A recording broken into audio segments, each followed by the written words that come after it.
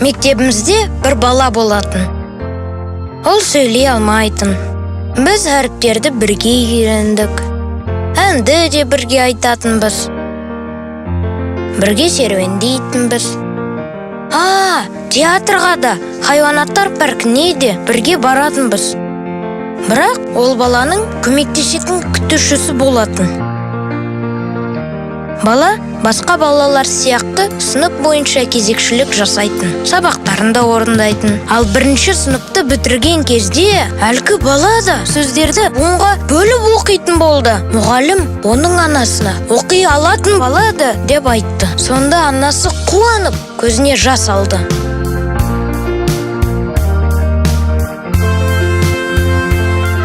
Ерекшеліктерге құрмет көрсетіліп, бағаланатын, кемсітушілік пен орныққан жалған көзқарасқа орын жоқ.